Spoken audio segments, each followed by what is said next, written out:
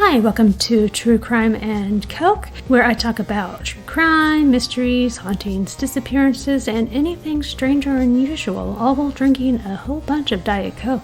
If you like this podcast and want it to continue, please subscribe and rate me 5 stars and tell your friends about me. I would greatly appreciate it. So, let's get started. Hi, it's Eve, and welcome to part 3 of Family Annihilators. The man I am going to talk about today is well known, and it is the case of John List. He was another man who was able to annihilate his entire family and elude the police for a very long time. But unlike Robert William Fisher and William Bradford Bishop from my previous episodes, he was actually caught. So let's get started. So how I will start this is I will give you a quick, undetailed summary of the murders, and then I will go back to the history of John List and the events that led up to the murders, and will tell you the murders in more detail. So, on November 9th, 1971, after driving his children to school, John List loaded his 2 guns in the car. He then walked back into his house where he saw his wife Helen, and he shot her in the back of the head. After that, he went upstairs where he saw his 84-year-old mother Alma, and then shot her in the head. When Patricia, aged 16, and Frederick, aged 13, arrived home from school, John shot his children in the head as they entered the house. And once John Jr. was home, he was shot as well. And then he left his house and disappeared. So let's go back to the beginning and talk about John List and the events that led up to the murders. John List was born in 1925 in a conservative Lutheran family in Michigan. He was their only child. He was fairly shy and obsessed with military books. His mother, Alma, was protective and dominating and would forbid him to go outside and play with the other children because he might get sick. So, instead, his playtimes were replaced with gatherings around the fire and reading the Bible with his mother.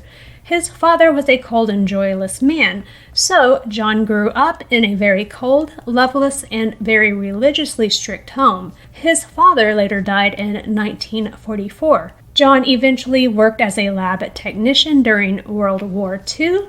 At the end of the war, he enrolled at the University of Michigan and received a bachelor's degree in business administration and later on a master's degree in accounting. The Korean War in 1950 called John back to active duty at Fort Eustis in Virginia. There, he met Helen Taylor, who was the widow of an infantry officer, and he married her in December of 1951, eventually having 3 children, Patricia, John Jr., and Frederick. The family moved to the East Coast, where John got a job as a vice president of a bank in New Jersey. They bought a Victorian mansion called Breeze Knoll, and the seemingly happy family, along with John's aging mother Alma, moved into the 18-bedroom mansion, complete with a ballroom with a skylight above. That was the moment when everything started spiraling and led to the downfall of the List family. John continued his religious customs and attended church with his family every Sunday, where he was a Sunday school teacher. All was well on the outside, and they seemed to have a great life. But inside, hidden from view,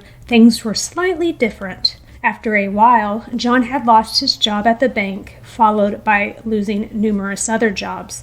This was explained by John's lack of social skills and his rigid personality. Work colleagues described him as being an extremely cold individual and just altogether unlikable. John was a proud man and did not want anyone, especially his family, to know that they were in a financial crisis. John hid his job situation from his family, and he would continue to go to work as usual, or at least that's what his family thought. Instead, he would go to the train station where he would spend his time reading and trying to find the solution for the financial hardship him and his family were in.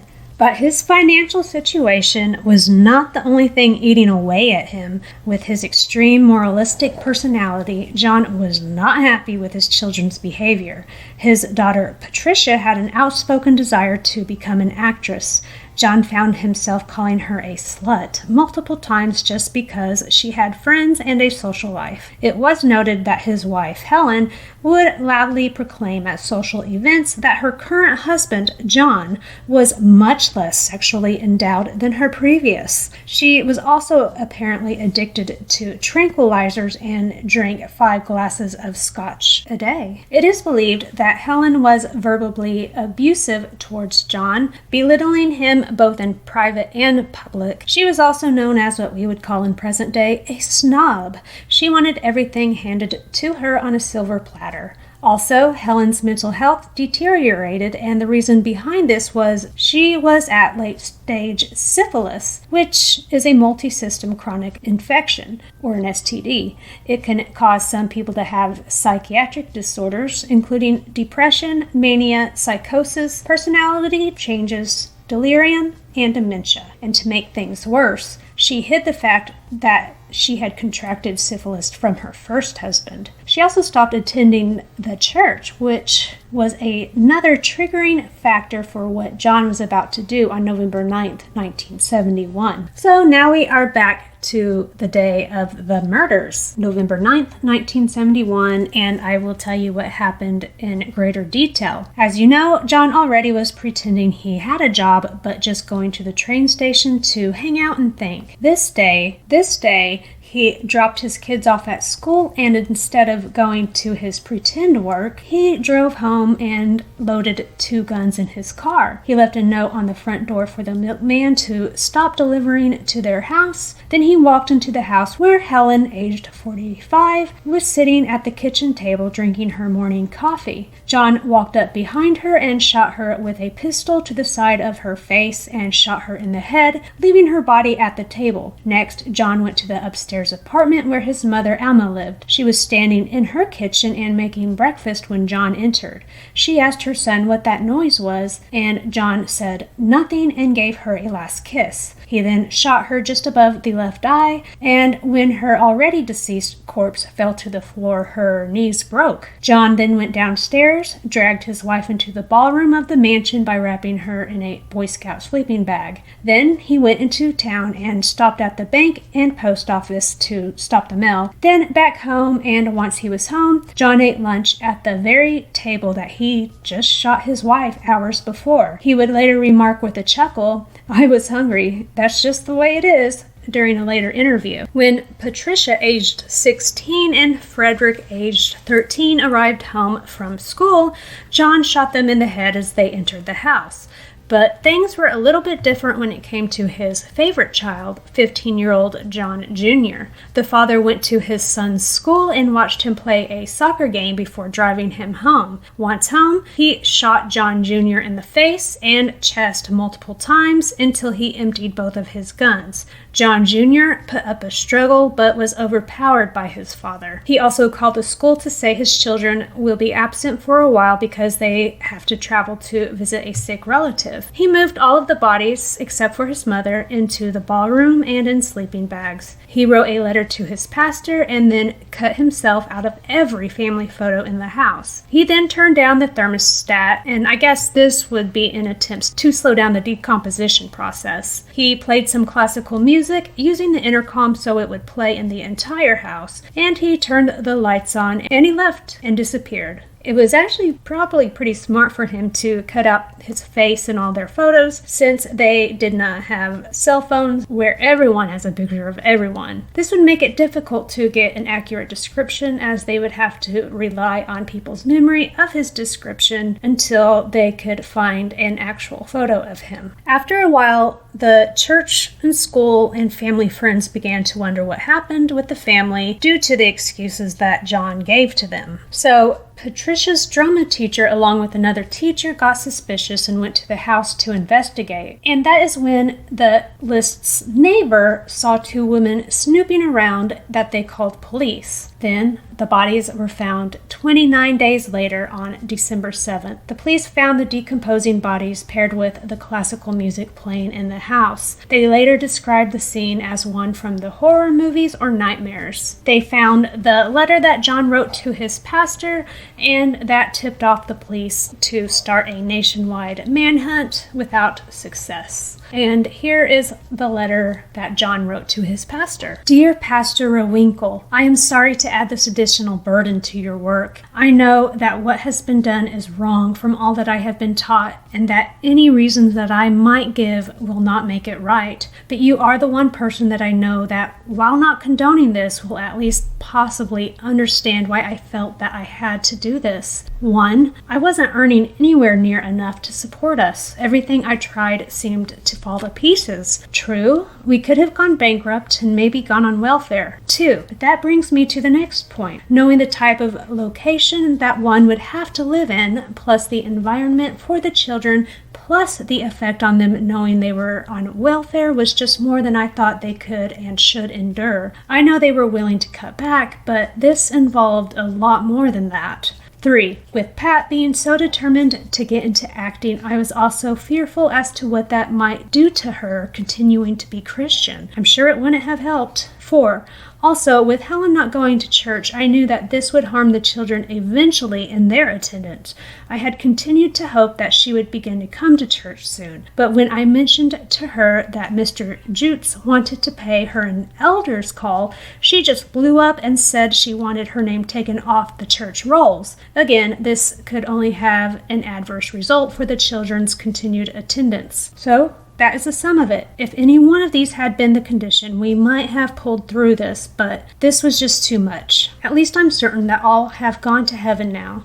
If things had gone on, who knows if this would be the case. Of course, Mother got involved because doing what I did to my family would have been a tremendous shock to her at this age. Therefore, knowing that she is also a Christian, I felt it best that she be relieved of the troubles of this world that would have hit her. After it was all over, I said some prayers for them all from the hymn book. That was the least that I could do. Now for the final arrangements. Helen and the children have all agreed that they would prefer to be cremated.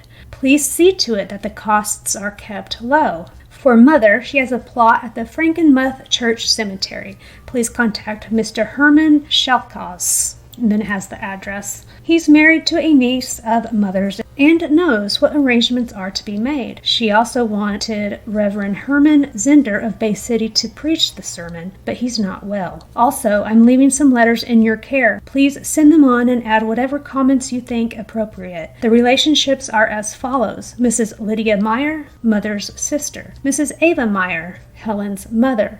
Jean Seifert, Helen's sister. Also, I don't know what will happen to the books and personal things, but to the extent possible, I'd like for them to be distributed as you see fit. Some books might go to the school or church library. Originally, I had planned this for November 1st, All Saints' Day, but travel arrangements were delayed. I thought it would be an appropriate day for them to get to heaven. As for me, please let me be dropped from the congregation rolls. I leave myself in the hand of God's justice and mercy. I don't doubt that He is able to help us, but apparently He saw fit not to answer my prayers the way that I hoped they would be answered. This makes me think that perhaps it was for the best as far as the children's souls are concerned. I know that many will only look at the additional years that they could have lived, but if finally they were no longer Christians, what would be gained? Also, I'm sure many will say, how could anyone do such a horrible thing? My only answer is it isn't easy and was only done after much thought. Pastor and Mrs. Morse may possibly be reached at 802 Pleasant Hill Drive, Elkin, home of her sister. One other thing, it may seem cowardly to have always shot from behind, but I didn't want any of them to know, even at the last second, that I had to do this to them. John got hurt more because he seemed to struggle longer. The rest were immediately out of pain. John didn't consciously feel anything either. Please remember me in your prayers. I will need them whether or not the government does its duty as it sees it. I'm only concerned with making my peace with God, and of this I am assured because of Christ dying, even for me. P.S. Mother is in the hallway in the attic, 3rd floor. She was too heavy to move. John. When John left the house that day, he changed his name to that of a Robert Clark, which was the name of a student he once met at the university, and started a new life in Virginia. He made the exact same choices he did in the previous one. He remarried another Army widow named Dolores Miller, and he worked as an accountant. But 18 years after murdering his own family,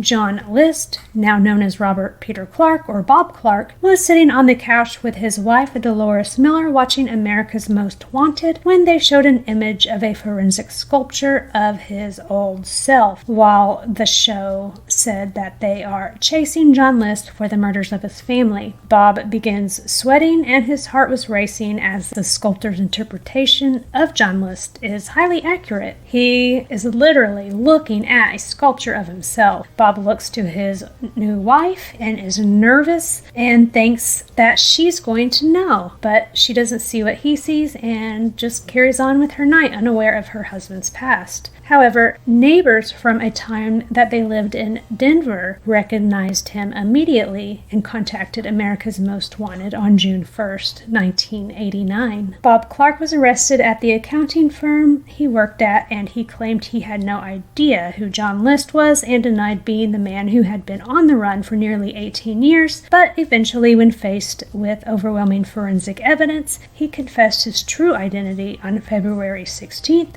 1990. Frank Bender, who made the lifelike sculpture of what John List would look like as an older man, is definitely the hero of this story. The resemblance is almost scary. It is amazing.